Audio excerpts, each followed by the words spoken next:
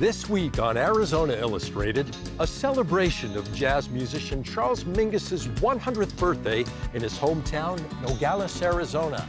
Charles Mingus is the most famous and most important jazz musician to come out of Arizona. Our Favorite Places series returns from the Pima County Courthouse. The history and architecture of the building are incredibly intriguing. A lesson on one of the Sonoran Desert's keystone species, the Ironwood tree. So a tree like an ironwood creates what I like to call an island of fertility. And a mouth-watering look at one of Arizona's best-kept secrets, Cocina La Ley. Las salsas, sigo haciendo salsas de todo tipo. Me encanta hacer salsas y no hay fin para la salsa.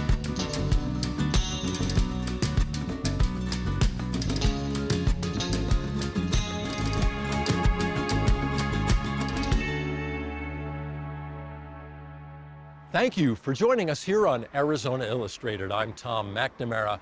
We're recording today's program in Nogales, Arizona, which is frequently on the news because it sits right on the border with Mexico and is home to 4 international ports of entry. But there's a lot more to this town of 20,000 people with deep historical roots. In fact, right across the street from me, this very parking lot was once home to a Buffalo Soldier outpost called Camp Little. 100 years ago in 1922, a boy was born in that camp who, from these humble roots, would go on to become one of the most important figures in 20th century American music.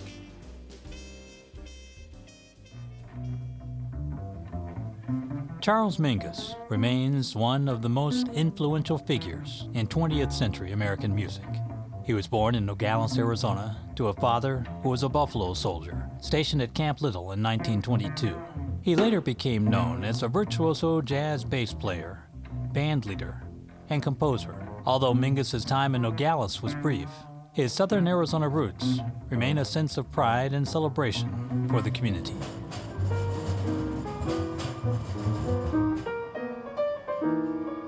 We're all celebrating the centennial of Charles Mingus. My part of it is a 3-city tour where I brought Charles McPherson in and a quintet drawn from Mingus Dynasty to play in Phoenix, here in Tucson, and in Nogales, where it's going to be ending up. And they are going to have a festival there, as they have for many years, and they will be dedicating a new Mingus Memorial. Charles Mingus is the most famous and most important jazz musician to come out of Arizona. Growing up, his music was some of the first jazz that really resonated with me, because while it is intellectual, there's also a real spiritual element to it that just kind of grabs you.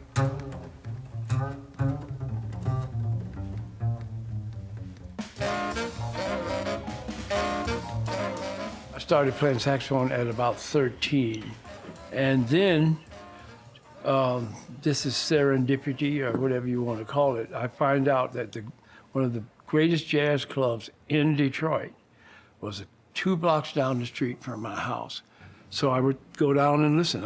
I'm 14, 15. I can't get in the clubs, of course. I remember Mingus being in that club, not working, but hanging out. And I saw him step out of the club. And I knew who he was. And that was the first time I saw him. But eventually I connected up with him. I left Detroit I was about 20 years old. And this is probably 1959, early 60s. And I went to New York to just throw my hat in the ring. And fortunately, I got hired by Mingus. And that saved me.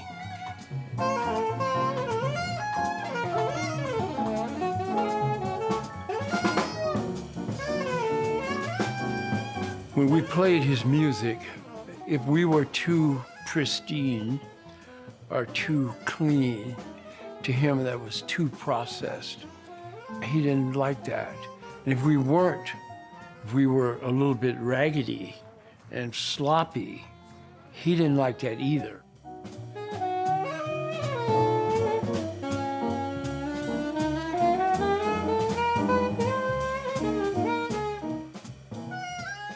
One day he used the term organized chaos. So now I'm 21 years old. I know what chaos means. I know what organization means. I'm not quite sure what organized chaos means. But I soon understood what he meant.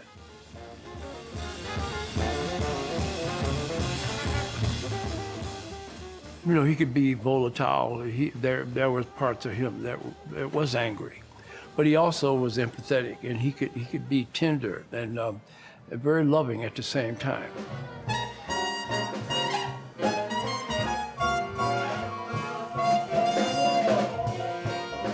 For all of us to have the conviction of what we believe in, and then have the nerve to try to bring that about. Mingus was kind of like that. He knew about how the world works, and he was concerned. And whatever he had issues with, he had the courage to say it, period.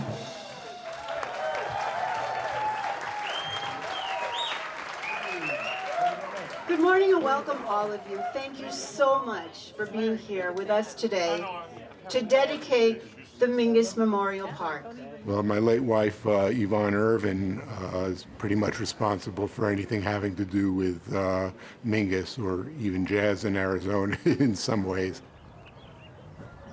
When Yvonne moved back to Arizona, marched into the mayor's office and said, we've got to have some civic pride here for Mingus. He was born in this town, son of a Buffalo soldier, right across the street there at Camp Little.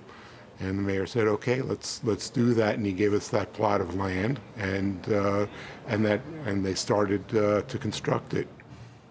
Whereas Charles Mingus, a world-renowned musician, composer, poet, and civil rights activist, was born in Nogales, this being the centennial of his birth, and whereas Charles Mingus was born in Camp Little, where his father was posted, serving with the all-black regiments of the U.S. Army known as the Buffalo Soldiers.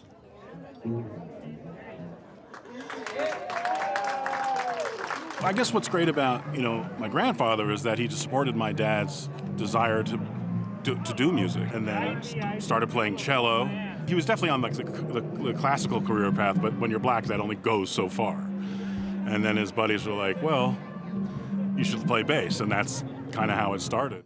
It's just really a pleasure to see this happen, to have this. It means a lot. It means a lot to me. And then you start sort of looking at the history and, Buffalo Soldiers, and it seems to be very Mingusonian, like it just kind of fits, it just kind of fits into our family vibe. Charles Mingus was born in my homeland. I thought, how could I pay homage to someone so grand? When put under the spotlight, he would outstand.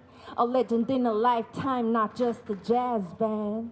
That's what Charles Mingus really is. Like, he's just a concoction of all these things, and what comes out is just so real. Part of that is me thinking about Charles Mingus, because he was born here and he didn't spend that much time here, but he's still impacting us. And all these kids were brought up knowing that Nogales was important in that Charles Mingus was a great composer, and the band directors there were very, very happy to have all this activity around it, and it's been a tremendous inspiration.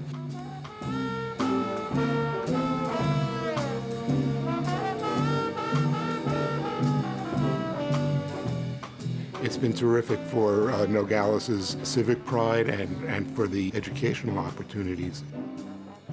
And everybody should have access to express themselves in any way they want, and I think that's what the legacy is. You want to talk about the legacy, it would be, to be true to yourself and your passions and your art, and and try to pursue the things that are important to you. Next up, another installment of the Favorite Places series. This is where architects speak thoughtfully and personally about buildings and places that resonate with them. It's a partnership with the Arizona Daily Star, the Southern Arizona chapter of the American Institute of Architects, and our program. In this installment, Rosemary Bright talks about the historic Pima County Courthouse.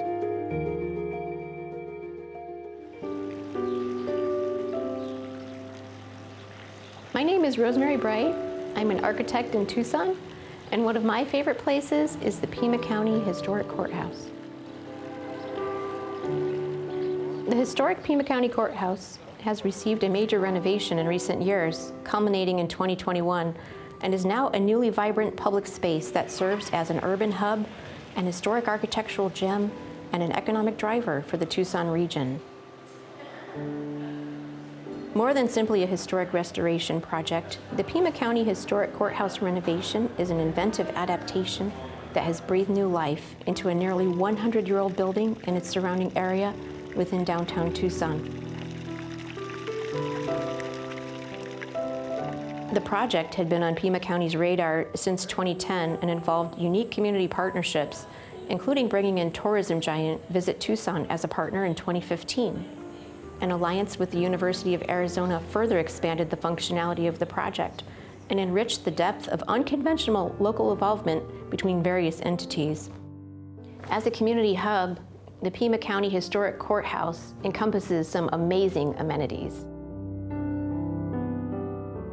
The world-class gemological specimens housed in the Alfie Norval Gem and Mineral Museum dazzle the eye and incite the imagination. I have had a lifelong interest in gems and minerals, which makes this portion of the project even more magical to me on a personal level. Additionally, the project sits adjacent to the culturally significant January 8th Memorial. From an academic perspective, the history and architecture of the building are incredibly intriguing. The courthouse was originally designed by Roy Place and constructed in 1929, then expanded in 1954, and received its historic designation in 1978 from the National Register of Historic Places. The courthouse was dubbed the most outstanding Spanish colonial revival building in Arizona, and locals recognize its prominent tiled dome, which is portrayed in the official Pima County logo. Throughout its history, the courthouse has borne witness to some of the region's most significant trials, most notably the John Dillinger trial in 1934.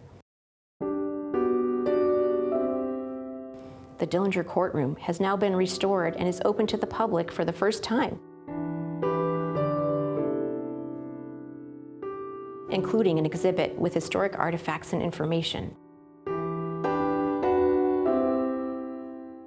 Other historic aspects of note: the courthouse has been visited by celebrities such as Clark Gable as a defendant in 1954, Johnny Depp, also a defendant in 1991, who would later play John Dillinger in the 2009 film Public Enemies. She's afraid of an escape. Oh, no, I'm not afraid of an escape. I can take care of John Dillinger or any other prisoner. This historic landmark has been featured in several blockbuster films, such as A Kiss Before Dying in 1956 and A Star is Born in 1976. It's yours, man. I mean it. It's yours.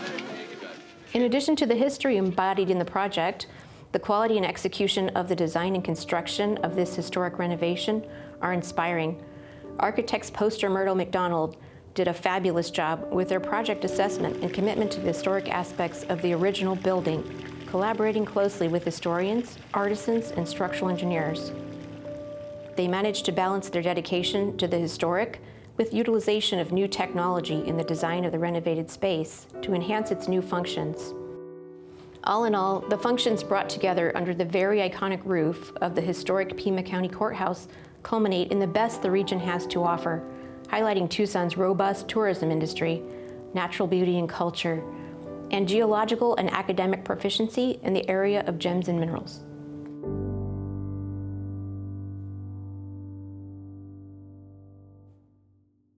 The historic Pima County Courthouse was built in 1929. It's a very important Tucson landmark. But this historic Santa Cruz County Courthouse is 25 years older. Completed and occupied in 1904, the Beaux Arts style building's been around longer than Arizona's been a state.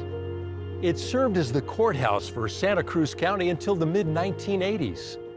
Since then, citizen groups have led restoration efforts to keep it a vibrant part of the community. And it's currently home to the Arizona Ranger Museum, the Santa Cruz County Cowbells Museum, and is now being readied for the students of Nogales to study art and display their art here. From where I'm standing, you can see all the way into the state of Sonora, Mexico. And the desert that shares the Sonora name is one of the wettest in the world, very rich in biodiversity, with over 2,000 identified plant species within. But there are several keystone species like the desert ironwood tree that have an outsized impact on the environment relative to their abundance.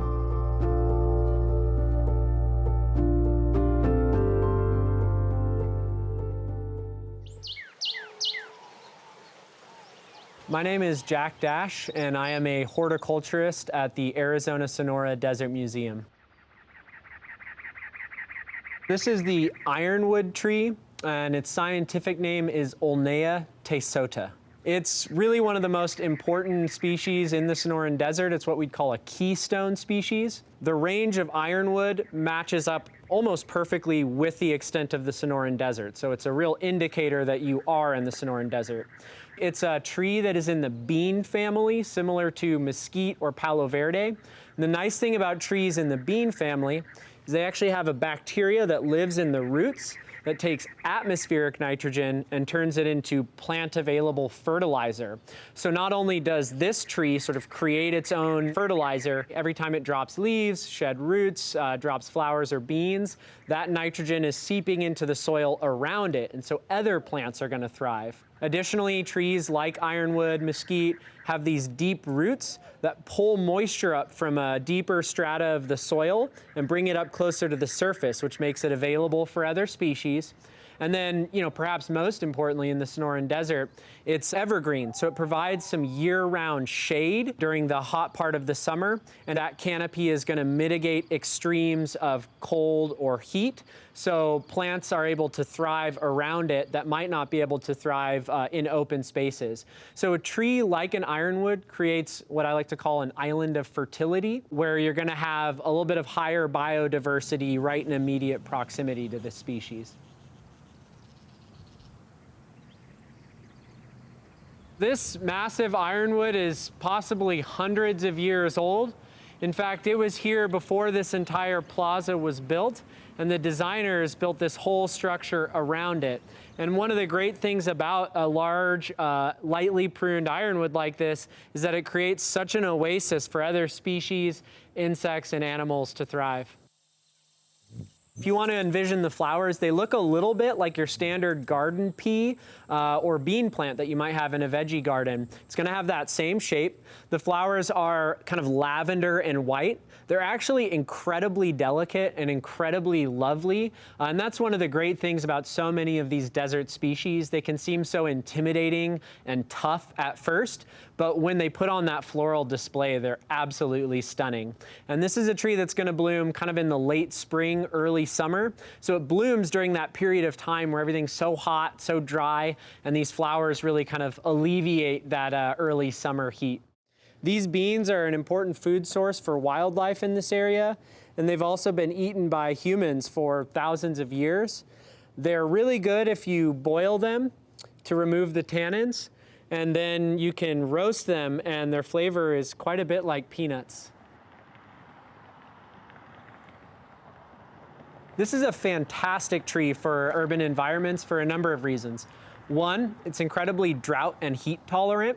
Our urban spaces tend to have a lot of reflected heat from concrete, pavement, metal, etc. This tree is going to have no problem with that. It's not going to tax your water bill substantially because it is so drought tolerant. During the cool months, it needs very little water. During the warm months, you can irrigate it to encourage good, lush growth. And it's going to have that same island of fertility effect in a landscape that it would have in a natural environment. So using an ironwood as a centerpiece, you can plant other shrubs, cacti, succulents in the vicinity, and it will create microclimates that will benefit those species as well. It's possible they can reach anywhere between 20 to 30 feet high and wide. So the first thing to do is really envision the long-term growth of this tree and try and plant it in an appropriate location. That will necessitate significantly less pruning. Over pruning can be problematic because it can make trees heavier at the top and more prone to blowing over during monsoon storms. Additionally, you're going to lose a lot of that shade and wildlife value that makes it such a great tree in the first place.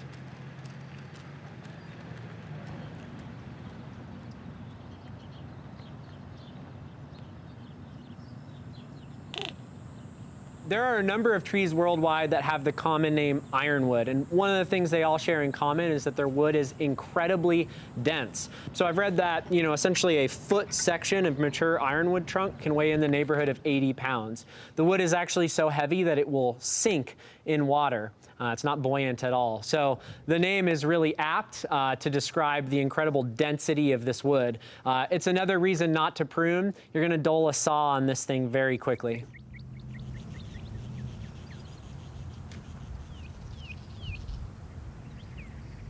I like the calming effect that natural ecosystems have on every human nervous system. I think one of my favorite things is actually taking other people out into the desert or into our Sky Island mountain ranges and really just watching sort of the weight of the world kind of wash off of them. It's obviously been, heavily documented and scientifically proven at this point that we as human beings really do benefit mentally, and I think many people would say spiritually, from access to and presence in nature.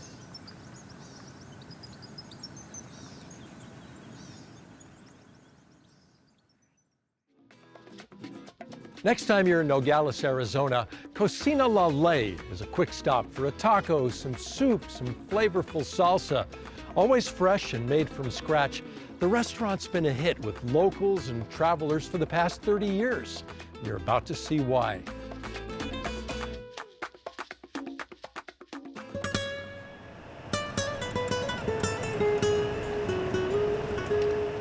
Tengo este lugar por 29 años, voy para 30. En la casa a todo el mundo le gusta la cocina. Todo el mundo cocina. Muchas de las bases yo las tomé de mi mamá, que siempre se vivió en la cocina y siempre todo se hizo en la cocina, ¿no? Entonces ahí vas agarrando bases, no recetas, porque cada quien lleva su camino y las recetas van cambiando, ¿no?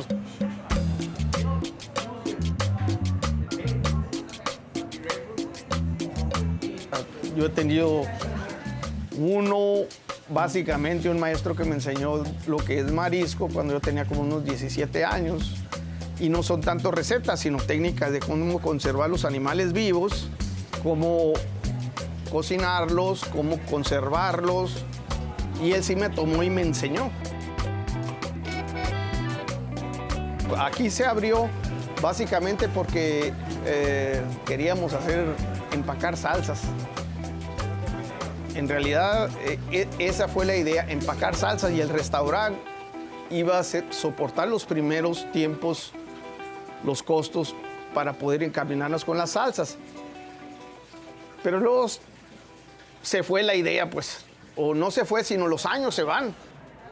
Hago muchas salsas, sigo haciendo salsas de todo tipo. Me encanta hacer salsas y no hay fin para las salsas.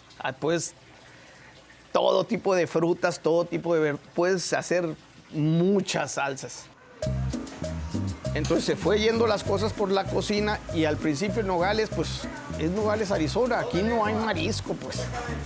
En realidad no tenemos mar cerca, no tenemos nada. Entonces la población de Nogales, Arizona, no estaba acostumbrada al marisco.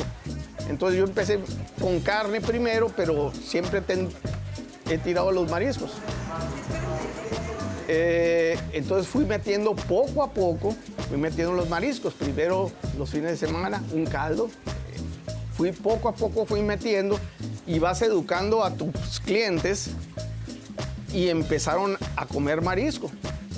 Ahorita los clientes que llegan desayunan marisco. O sea, comen marisco cuando sea, pues. En cuanto al menú, o sea, lo que agarres está cocinado desde abajo, como le digo, o sea, no compro sirups ni concentrados ni nada. Entonces, jamaica, se cuece el tamarindo, se cuece la canela, las cabezas de pescado también.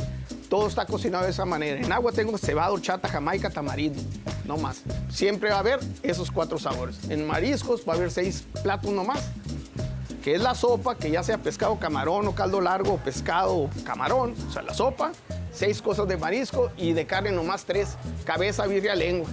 Que no compro nada procesado, ni semiprocesado, ni nada, por eso está buena la comida, pues. Tienes que tener precios accesibles para que no sea una comida extraordinaria, sino que sea una comida. O O sea, no tienen muchas opciones los clientes aquí, pero lo que agarres va a estar bueno, lo que agarres va a estar fresco y siempre va a haber.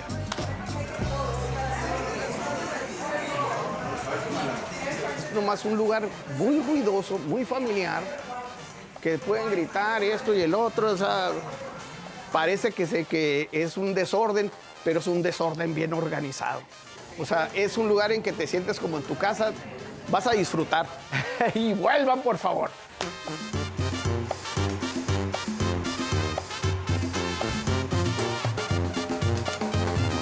Pues tenemos aquí, vamos para 30 años y apenas vamos a comenzar. Pues. O sea, en realidad, apenas voy a empezar, en realidad, jamás voy a pensar en un retiro yo. O sea, apenas yo empiezo apenas voy a empezar.